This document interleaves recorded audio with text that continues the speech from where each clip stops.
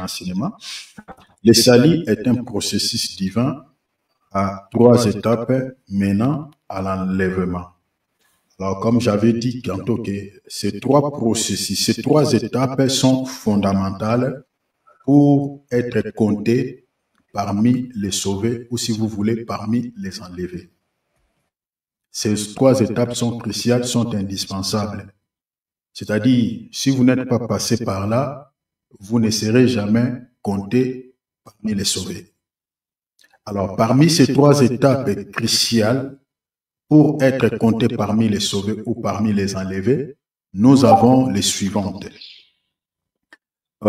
Quitter l'Égypte, ça c'est la première étape. Quitter l'Égypte, c'est le premier comptage une fois qu'on quitte l'Égypte. Donc l'Égypte, ici, remplacer l'Égypte dans votre calepin par les mondes. Parce que l'Égypte, c'est l'image du monde. C'est-à-dire, une fois qu'on quitte le monde, on mange l'agneau, c'est-à-dire, on reçoit la parole dans les cœurs. Là, on a la vie. Nous sommes comptés parmi les sauvés. Et la deuxième étape, c'est le traverser les déserts, traverser du désert. C'est-à-dire, c'est le deuxième comptage, parce que dans les déserts, vous allez être également compté. On va faire encore le comptage ou, si vous voulez, le dénombrement. Et les traverser les déserts, au fait, là, nous devons être maintenant capables de porter les armes. Les armes. Je crois que je toucherai la deuxième étape le samedi. Bien aimé, c'est là où on paye les prix pour être enlevé. C'est là où je vous expliquerai, parce que pour enlever aussi quelques confusions qui est dans l'esprit de certaines personnes qui disent que voilà, mais si le salut était donc gratuit de Dieu, pourquoi doit-on encore payer pour être enlevé? Je vais expliquer cela dans les deuxièmes points. On va expliquer parce que c'est là où on paye les prix. J'expliquerai, je donnerai tous les détails par rapport à ces deuxièmes points. Alors, la troisième étape, atteindre les Canaan.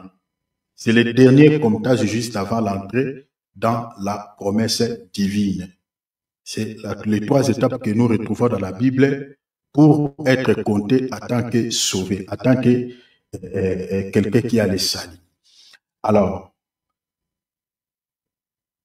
j'avais dit ceci par rapport à la première étape. Je vais expliquer un tout petit peu par rapport à la première étape, parce que, comme je viens de dire, la deuxième étape, nous en parlerons les samedis. Donc, les samedis ne manquez pas, bien aimés, parce que la deuxième étape, c'est là où on paye le coût de l'enlèvement.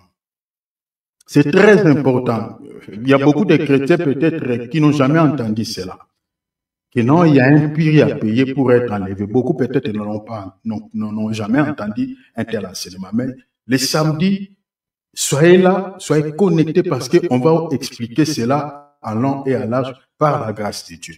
Alors, nous sommes attelés sur la première étape, quitter l'Égypte. Je dis que quitter l'Égypte, c'est le premier comptage. Une fois qu'on quitte le monde, vous êtes compté en tant que quelqu'un qui a les salis. Vous êtes compté en tant que quelqu'un qui est sauvé.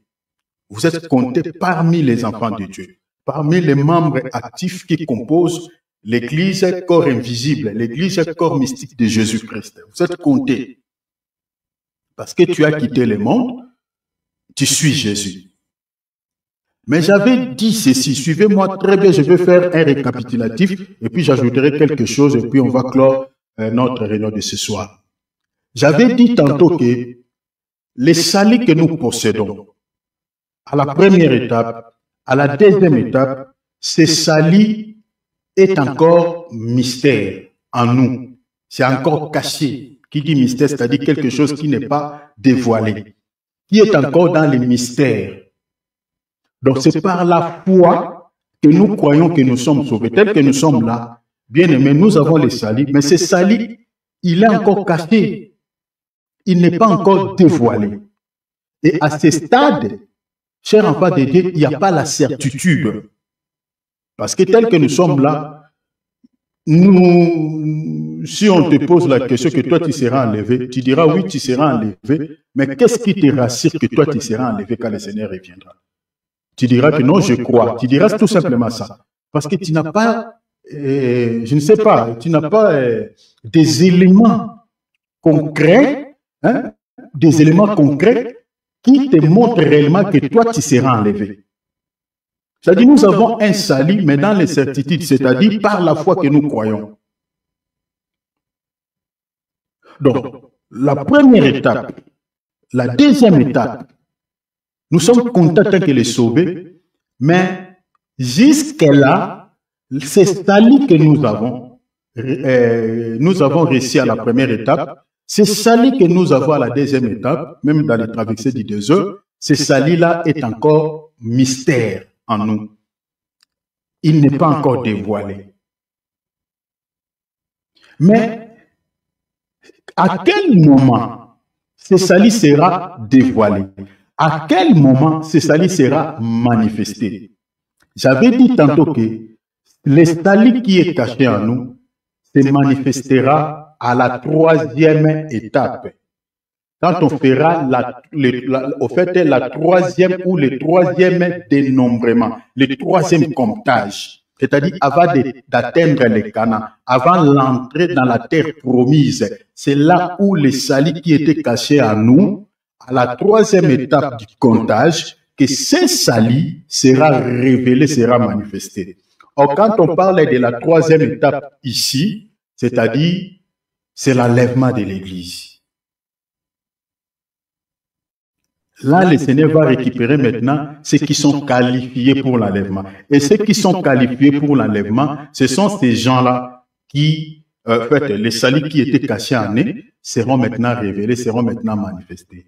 Et qu'est-ce qui nous prouve que ces saluts, quand le Seigneur viendra nous chercher, je parle, qu'est-ce qui va nous révéler que nous sommes maintenant sauvés pour du bon? Qu'est-ce qui va nous rassurer? Ce qui va nous rassurer que nous sommes sauvés pour du bon, c'est lorsqu'on verra, j'avais dit, les morts en Christ ressuscités, vous comprenez, reviennent à la vie. Lorsqu'on verra nos corps corruptibles revêtent l'incorruptibilité, vous voyez? Donc, c'est-à-dire, c'est par rapport à ces indices-là, je suis ici dans 1 Corinthiens chapitre 15. Lisez à partir du verset 50 jusqu'au verset 58. C'est-à-dire, quand on verra ces signes, c'est à ce moment-là maintenant, on comprendra que voilà, le salut qui nous a été promis par le Seigneur, c'est maintenant manifesté. Vous comprenez? C'est pour cela, si vous lisez par exemple dans Ephésiens 2:8, la Bible dit quoi? Car c'est par la grâce que nous avons été sauvés au moyen de la foi. Ce salut, la Bible dit, ne vient pas de nous, mais il est un don de Dieu. C'est-à-dire, c'est par la foi. Aujourd'hui, là, c'est par la foi que nous sommes comptés parmi les sauvés. C'est par la foi. C'est par la foi. C'est-à-dire, il n'y a pas la certitude. Il n'y a pas des éléments concrets. Il n'y a pas vraiment quelque chose qui nous rassure. Je peux dire que voilà, nous sommes sauvés. Il n'y en a pas. Nous disons que nous sommes sauvés parce qu'on a crié à l'évangile. C'est par la foi. C'est ça ce qui est dit dans Ephésiens chapitre 2, verset 8. C'est-à-dire, les moyens par lesquels la grâce de Dieu nous est parvenue afin que nous soyons comptés parmi les sauvés ou parmi les enlevés. Ça s'appelle la foi. La foi. Donc, nous sommes sauvés par la foi. Vous comprenez? Par la foi. Donc, c'est-à-dire, le salut n'est pas encore révélé. Mais quand ce salut sera manifesté, quand on verra les morts en Christ, selon les passages que je viens de vous donner là, 1 Corinthiens chapitre 15, versets 50 à 58, quand on verra les morts à Christ revenir à la vie, quand on verra nos corps corruptibles que nous avons, les corps du péché, revêtent l'incorruptibilité, là maintenant, on aura maintenant la certitude que voilà, le salut qui nous a été promis par le Seigneur, ce salut maintenant s'est manifesté. Regardez dans l'épître de 1 Jean chapitre 3 verset 2. Allez-y mon frère Philippe si tu le trouves. 1 Jean chapitre 3 verset 2. Tu peux lire pour les bien-aimés. Je vais rapide pour gagner du temps. 1 Jean chapitre 3 verset 2. Regardez ce qui est dit. Si on dit quoi mon frère? 1 Jean, dans le temps que les bien-aimés cherchent. 1 Jean chapitre 3, notez dans vos calepins. L'épître de 1 Jean, chapitre 3, verset 2, la Bible dit quoi? Bien-aimés, nous sommes maintenant enfants de Dieu. Bien-aimés, nous sommes maintenant enfants de Dieu, c'est-à-dire, dès l'instant où nous avons reçu la parole, nous sommes passés par les eaux des baptêmes, nous sommes comptés parmi les enfants de Dieu. Selon quelle écriture? Notez, selon Jean, chapitre 1er, verset 12. La Bible dit à tous ceux qui l'ont reçu, vous voyez, ceux qui ont reçu quoi? Ceux qui l'ont reçu. Ceux qui l'ont reçu, ceux qui ont reçu Jésus, ceux qui ont reçu la parole. La Bible dit, il les a donné le pouvoir de devenir enfants de Dieu. Ils sont devenus enfants de Dieu. Dans les versets 13, on dit, lesquels sont nés. Vous voyez, oh, nous naissons par le baptême. Vous comprenez? Quand on passe par les eaux de baptême, on devient une nouvelle créature. C'est ça ce qui est dit dans Jean chapitre 3, verset 1er jusqu'au verset 3. Jésus dit à Nicodème, si tu n'es pas né de nouveau, si tu n'es né de nouveau, tu ne peux hériter le royaume. Est-ce que vous voyez? C'est-à-dire, quand on reçoit la parole, on passe par les eaux de baptême, là on est né de nouveau et on est compté en tant qu'enfant de Dieu. Continuez, on dit, nous sommes maintenant enfants de Dieu. Tu es arrêté là? Ah! La Bible dit noir sur blanc. Bien aimé, vous savez, il y a des écritures qui ne demandent même pas l'interprétation. Les textes disent, nous sommes maintenant enfants de Dieu. On a crié. Nous sommes comptés parmi les enfants de Dieu. Mais les textes soulignent une chose. Ce que nous serons n'a pas encore été quoi? Manifesté. Est-ce que vous voyez cela? Ce que nous serons n'a pas encore été manifesté. Quelle est cette chose-là qui n'est pas encore manifestée? C'est le salut qui est en nous. Cette vie éternelle que nous croyons que nous la possédons déjà en nous n'est pas encore manifestée. Pourquoi? Parce que quand on tombe malade, on meurt. Ou moi, il y a des enfants de Dieu qui meurent. Physiquement, ils meurent. Mais quand ce salut sera révélé, bien aimé, on ne connaîtra plus la mort. Quand notre corps corruptible va porter l'incorruptibilité, va revêtir l'incorruptibilité, bien aimé, on ne connaîtra plus la mort. C'est ça ce qui est dit dans le livre d'Apocalypse, je crois, chapitre 20. La Bible dit, il n'y aura ni deuil, ni de larmes, il n'y aura plus de pleurs, il n'y aura plus de maladies. On n'en parlera plus toutes ces choses que nous sommes en train de vivre ici. Vous comprenez? Donc, c'est-à-dire là, maintenant, le salut que le Seigneur nous avait promis sera manifesté. Vous comprenez? Donc, c'est-à-dire la première étape. Deuxième étape, nous avons le salut, mais le salut là reste encore mystère. Il n'est pas encore. C'est pour cela que nous sommes en train d'exhorter aux enfants de Dieu. Bien aimés, il ne faut pas jouer avec les salis. Il ne faut pas jouer avec la vie chrétienne. Parce que, qu'est-ce qui te prouve que tu seras enlevé? Pour le moment là, bien aimé, même moi qui vous parle, c'est par la foi. C'est par la foi. Mais quand ce salut sera manifesté, à ce moment-là, bien aimé, je ne peux plus douter. C'est fini. Là, c'est la concrétisation de ce qui a été promis. Vous comprenez? Donc, même l'apôtre Jean ici enseigne aux enfants de Dieu, dit bien aimé, nous sommes enfants de Dieu. Mais ce que nous serons, vous comprenez, Alingala oyo tokozala, na me monanité, Jean taote abou. Oyo biso tokozala lobi, na misu bouenon to moniamote. Ce que nous serons n'a pas encore été manifesté. C'est ça ce que j'ai dit à Linga.